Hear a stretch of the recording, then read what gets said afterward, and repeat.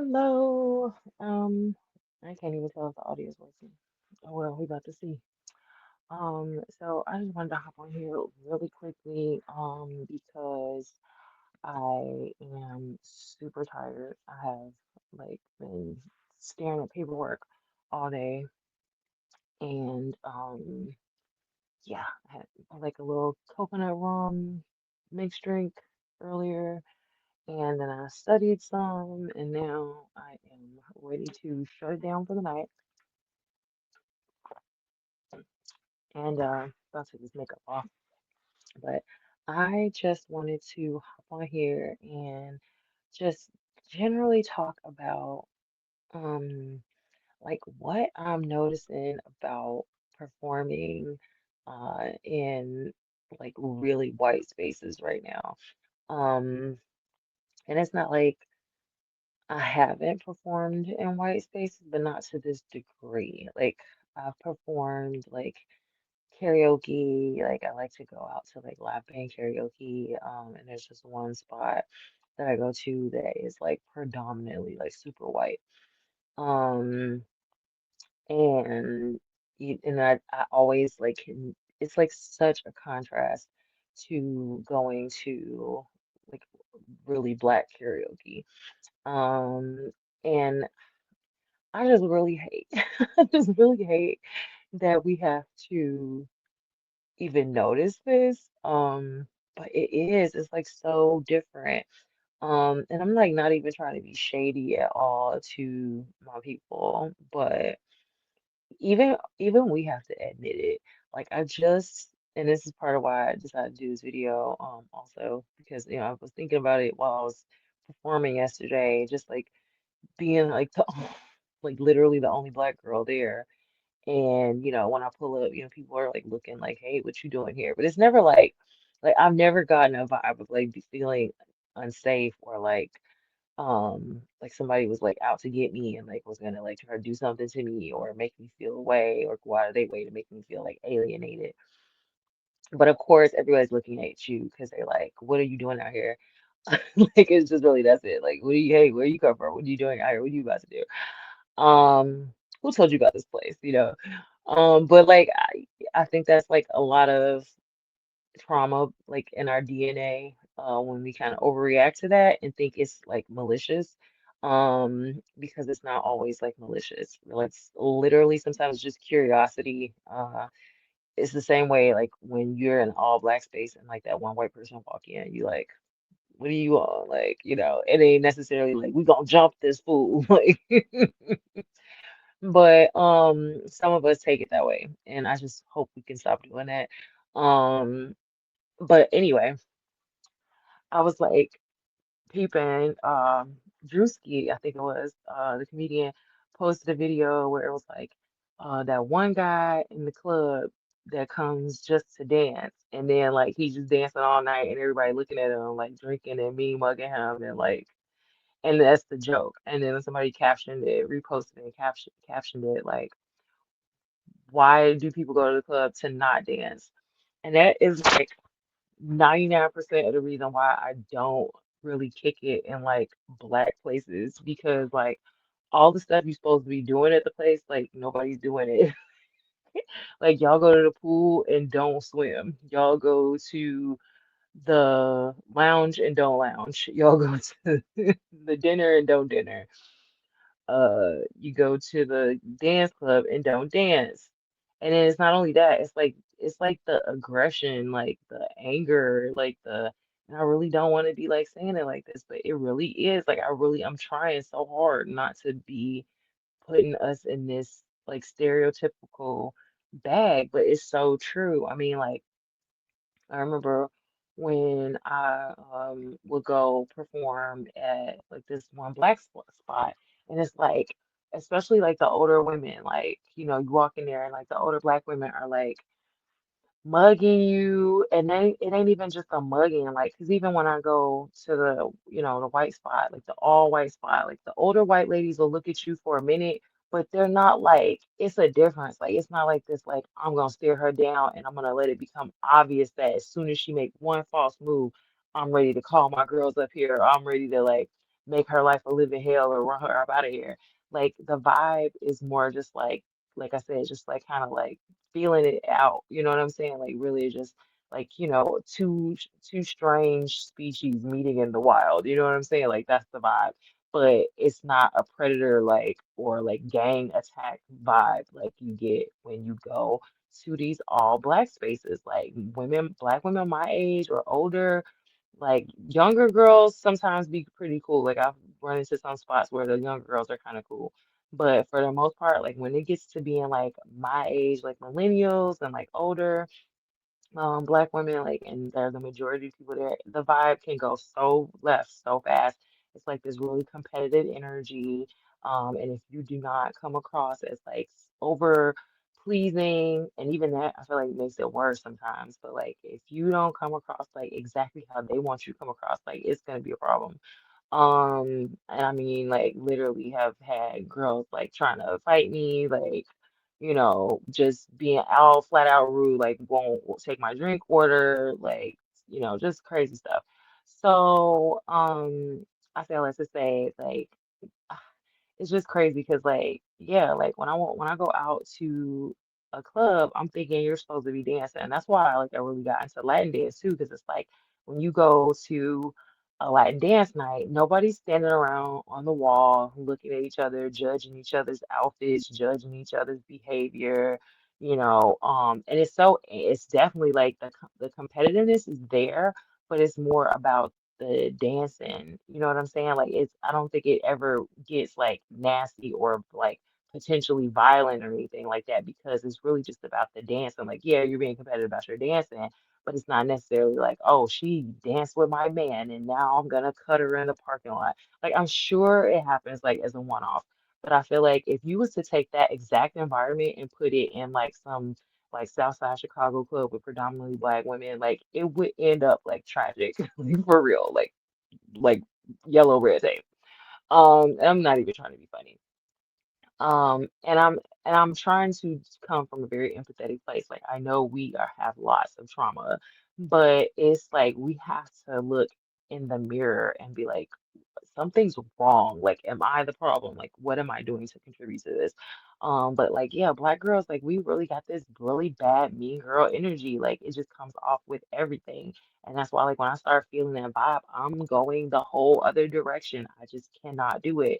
I've wasted so much time around women who are dangerous to me, who have had this like hidden animosity and jealousy and competitiveness with me, who were ultimately plotting behind my back to like do harm to me or leave me in like a really tragic situation. Like I could tell stories for hours of, stuff that honestly people have been unalive for less. Like, you know what I'm saying? So like I ain't in jail, so you figure it out. But like anyway, so like yeah, I just it really hit me when I was like on stage yesterday and looking around like I said, some of the old ladies were kind of giving me the look like what's she about to do? But it wasn't like I said, like it didn't feel malicious, but it was just like kind of curiosity and maybe a little bit of judgment and a apprehension, right? But not like potential violence like it can get on my side of town. And so I'm on stage and we're doing Rolling Stones Brown Sugar, which if you don't know the song, is basically about like a black girl, like he's singing about a black girl, Brown Sugar. And so like the guitarist wanted me to sing out the hook or whatever. And as I'm singing it, like Brown Sugar, I'm thinking about it like I'm singing this this Mick Jagger fantasy of some black girl, and I'm like the only black girl here, and then all these white people are singing along, and I'm just looking around like just thinking about it. It was just such a moment like, what am I actually doing right now? But like it's funny because like you could kind of see too, like a couple of the girls kind of looking like, hmm. And then you think about like what made Mick Jagger write that. Like it's just so many layers to it. But we all know like people fetishize black people. And then vice versa. Like, I can definitely say I've known like black guys who date white women who fetishize them. I've dated Latino men who fetishize me, and probably I have done so vice versa. Like we do it. it's that whole othering thing, like you're just it's two species meeting in the wild, you know what I'm saying? Like and so like I was just like really like taken aback for a second when I was like really thinking about that.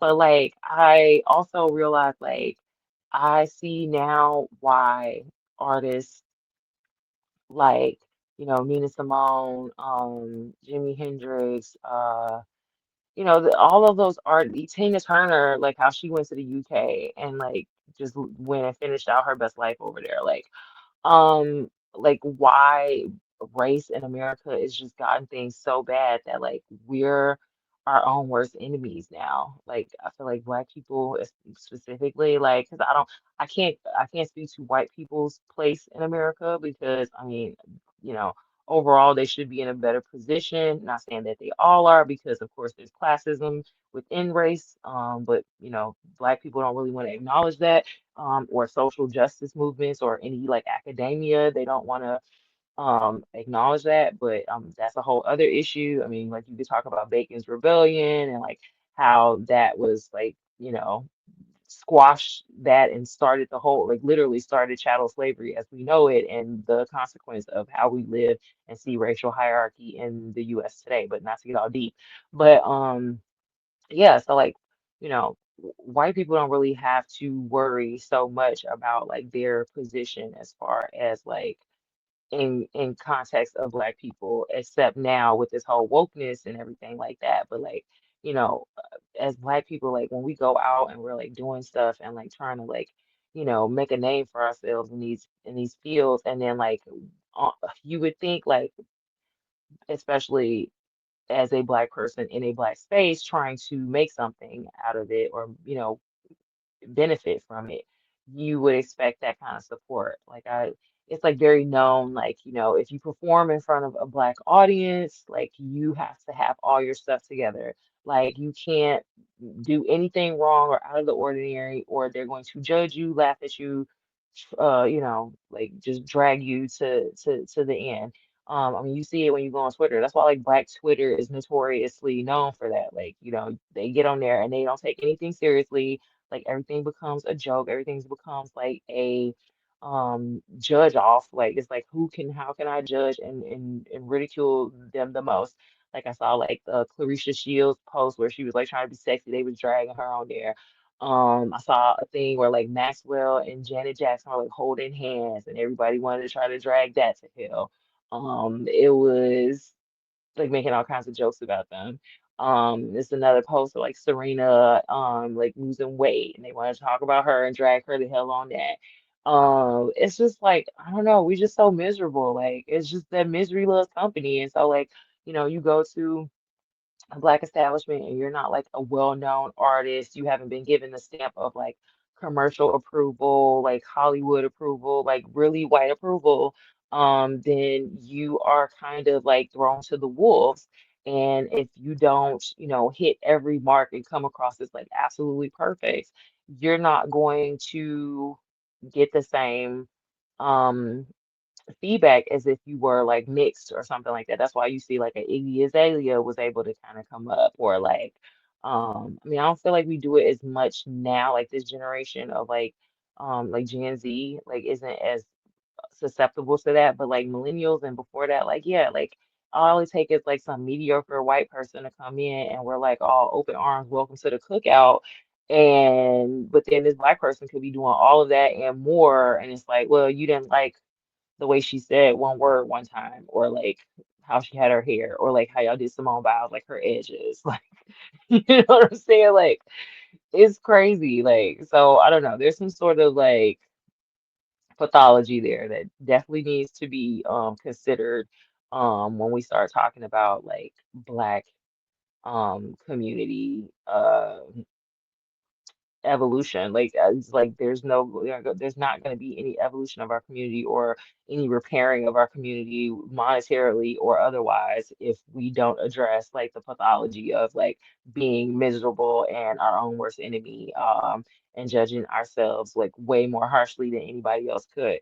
And you can say what you want, but honestly, like it's been proven over and over again. Like I said, like you look at a Jimi Hendrix, you look at a Tina Turner, you look at a Nina Simone, you look at any number of like artists, black artists, Josephine Baker, who had to go somewhere else and be in a white space to like finally get some like recognition and appreciation. It's really messed up. You're not black enough, you're not polished enough, you're not whatever, and this and that and the other. So yeah, I'm just like not even interested like in even trying to please black people anymore. And that's messed up. But it's like honestly, that's how the attitude you have to take. It's like because we don't know what we want. We're miserable. Like we don't have our own stuff together and then got the nerve to be like judging everybody else and telling everybody else what they should be doing when we don't have it together ourselves. Like the way we can drag our own legends is crazy. Like I said, that whole Janet Jackson, Maxwell, it was something else I thought I was like even more serious than that. It was like we should have been like we should have been taking it seriously. We should have been like trying to support whoever it was, and it was like we just took it all the wrong way. It's and even like the way we uphold like some of our criminals, like we really have like we're just like it's backwards. Like you shouldn't be like praising criminals and people who are doing detrimental things to the community, and then using that and then using the excuse of like, well, white people got away with this, that, or the other, or like, you know, yeah, just as this, this whataboutism with everything instead of holding yourself accountable. Like we got it real bad. And I mean, and even if other people do it, like we're the ones who can't afford to, like the most. So that there's that. But yeah, I just was thinking about that. And I'm just like, bro, I'm literally sitting here singing Brown Sugar. And I'm like the only black woman in like like a in like a 3 mile, 5 mile radius. But I was cool. Like I'm like I can't take on the trauma. Like I just can't. Like I don't know. I'm immune to it. I feel like my own people have traumatized me much more than anybody else has. So at this point, I don't see it. Like I just can't understand worrying about the white people when like the black people have been like all of my troubles so far. Like, and I really hate to be saying this right here, but like it's the truth. And so like I just really gotta like put this out here, like, so when you see me out there in the cornfields and you see me out there with the rednecks in the woods, that's why I'm out there, like because I haven't had no problems from them. Like honestly, like they vibe, they chill, they offer you a drink, they offer you food, they not trying to, be all stuffy and over, pretentious and judgy and malicious. Like, you know what I'm saying? Like, of course, there's gonna be that one random serial killer out there, I'm sure, but I ain't ran into him yet. You know what I'm saying? Like, no, for real, like the vibe is usually way better. Like I go, I chill, I sing my songs, I make my money, and everybody is like, hey, you did great, and I'll see you again, and it's over with. Like not like when I had that black lady after one of the gigs and I was singing in Spanish, she's like, do you even speak Spanish? How do you even know what they saying? Why are you singing in Spanish anyway? Don't nobody even know what you're saying. Don't nobody even like them songs. Like, whoa. So like for real, like it's crazy. Like I could go on and on about some of the stuff y'all would have said to me. Like it's real crazy. Like black women be talking reckless. Um and so yeah, I don't know. I just want us to do better. Like I feel like more black women need to just go hang out with some old white women. Like not saying they gotta be old, but like go hang out with some white women. Go or just go be a fly on the wall. Go chill in the corner somewhere and just watch how they literally are just unbothered. Like they're just out there having their time. Like they might give you a little judgy look. They might feel away like, damn, is she in here trying to take my man? But they're not gonna like spaz on you. Like they're not gonna spaz on you, and they definitely not gonna make it like so obvious, because then like that's an obvious insecurity, and they ain't got time for that. Like, like it's like we got nothing to lose or something. Like, I mean, that's really what it comes down to. Like, it's like so much insecurity, and it combined with like not having anything to lose, like that we just be out here crashing out. And I hate that for us. Like, I really want us to do better. So yeah, when y'all get it together, and then y'all start seeing me in some black spaces doing some stuff. But for now, I'm about to stay my butt out here in the boondocks with the corn people, with the cornfields, and the farmer, the farmer in the deal in the barns. Okay. Yeah, because like even my girl was like, girl, I was like, come out here and hang out. And she like, girl, where you about to be? No, I'm good. I don't get it. Like, I don't get why black people are so scared. Like, bro, I'm more scared to be on the south side. I'm more scared to be in Roseland. I'm more scared to be in Woodlawn, in Inglewood. Hell, Hyde Park ain't even safe no more. Downtown Chicago ain't even safe no more. So yeah, I'll be like, y'all saw what happened in Glen Ellen with the pool. Like that's what I'm saying. The pool's not for swimming. The cruise is not for cruising. The club is not for dancing. It's just crazy. Like y'all doing it all wrong. Like it's not cool at all. Like you can't take your kids anywhere. You can't go relax. You can't have a non-violent summer. And the problem is us. Like the white people ain't beating on us and shooting at us and robbing us and doing all this other stuff, running out on tabs on us. You know what I'm saying? Like it's crazy. So yeah, I'm not trying to beat on us too much, but this is concerning. And like I said, I'm like right now I'm like doing a research paper on like violence and black agency and patriotism and it's yeah, like I'm living it. Like I'm living it. Um because yeah, we have no other country, even though it's not perfect and we've had our problems with America, we really don't have any other country that we can claim allegiance to. You know, we ended up in slavery, our ancestors did for some reason. And if we belong to some country in Africa, they ain't came back to say, hey, those are ours, you know, hands off. So the allegiance, you know, honestly, and patriotism, nationalism has to, you know, come into place some at some point, but we're like so anti, like we can't separate our black identity from um the trauma of what America was built on in regards to race and you know racial caste systems and the violence of slavery, which is understandable in Jim Crow, right?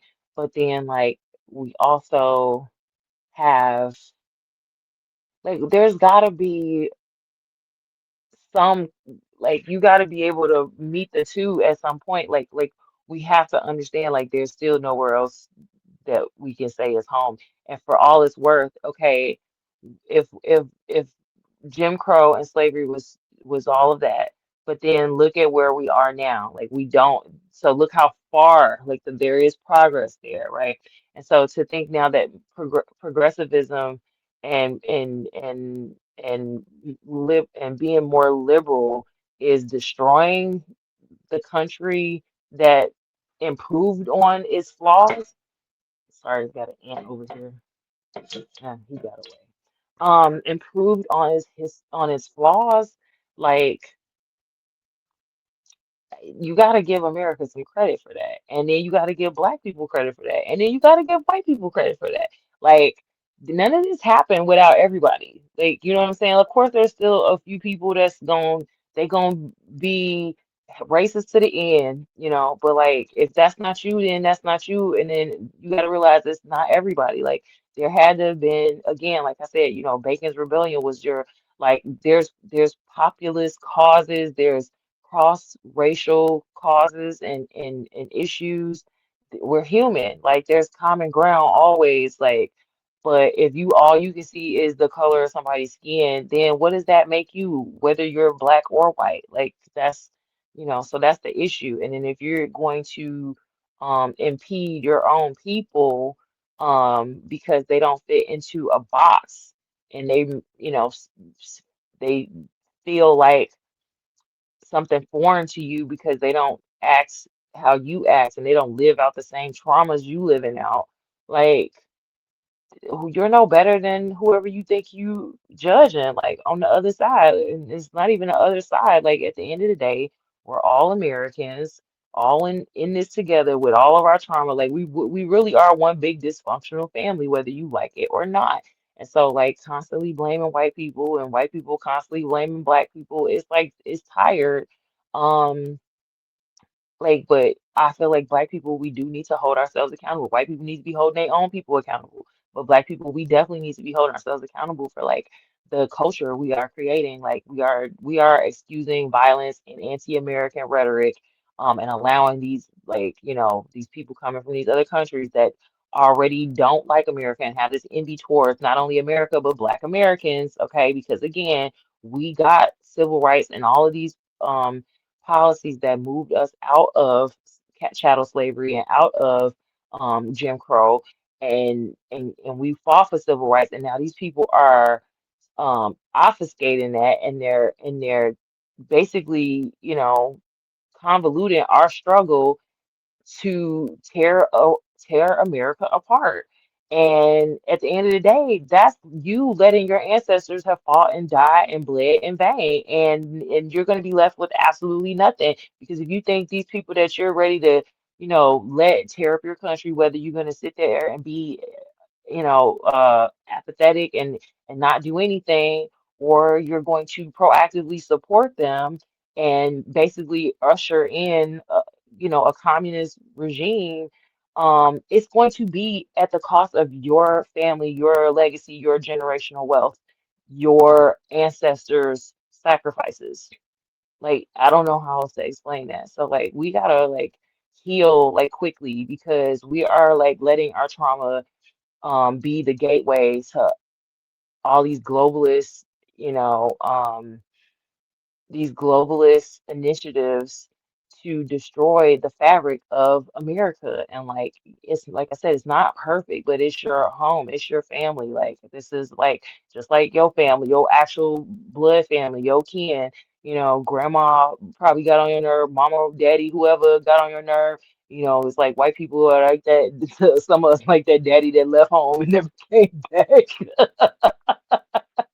That's why y'all mad about Trump talking about he's about to take away Medicaid and Section 8 and all this other stuff and making people go to work. And now you mad about the crash out about that? Like, why do you identify welfare with being black? Why do you think that someone attacking welfare makes them racist? Like it's white people getting welfare too, right? But because we are getting more of it per capita, that's why you're taking it personally.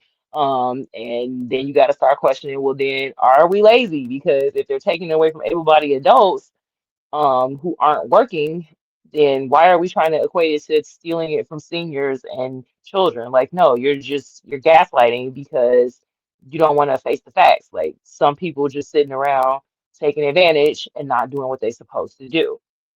And, then we gotta start looking back at like some of them black codes and Reconstruction and how some of those laws came about, like because maybe we were some of us not doing what we were supposed to do. It's not all black and white, like ironically, right? And so like yeah, it's just so much nuance and like we just gotta heal and like calm down and just really stop you don't have to be color blind, but you definitely have to like stop personalizing everything and think that some things are just based on humanity, not the color of somebody's skin, like at the end of the day. But yeah, I'm gonna be in the cornfields until y'all get it together, okay? All right, y'all. I'm about to go. I'll see y'all soon. I'll probably show y'all some behind the scenes of our show at Johnny Cab's. So that's gonna be fun. It's my first time there. All right, y'all. Peace.